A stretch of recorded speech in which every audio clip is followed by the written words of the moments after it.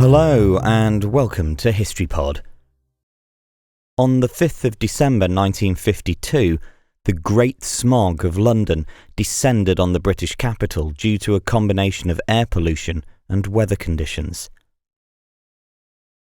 To maximise revenues in the aftermath of the Second World War, the British government had opted to export the country's better quality hard coal and retain the more sulphurous low-grade coal for domestic consumption. Smoke from burning this coal in domestic fires to offset the particularly cold winter of 1952 combined with pollutants from Greater London's numerous power stations, factories and public transport to create a thick, noxious blanket of smog over the city. The thick, yellow-black smog was held over London for more than 4 days due to the arrival of a high-pressure weather system.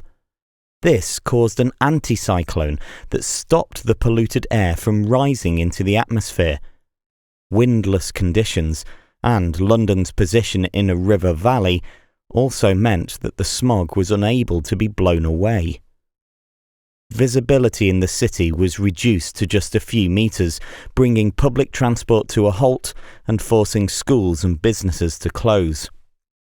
Meanwhile, people across the city breathed in the toxic air and began to succumb to respiratory infections.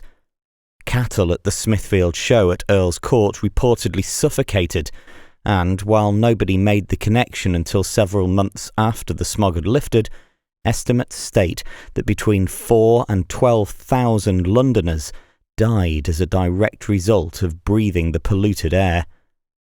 In response, the government began to rethink its policy towards air pollution and, in 1956, introduced the Clean Air Act that established smoke control areas where only clean fuels could be burned, precipitating a shift towards the use of cleaner coals, electricity and gas as sources of heat.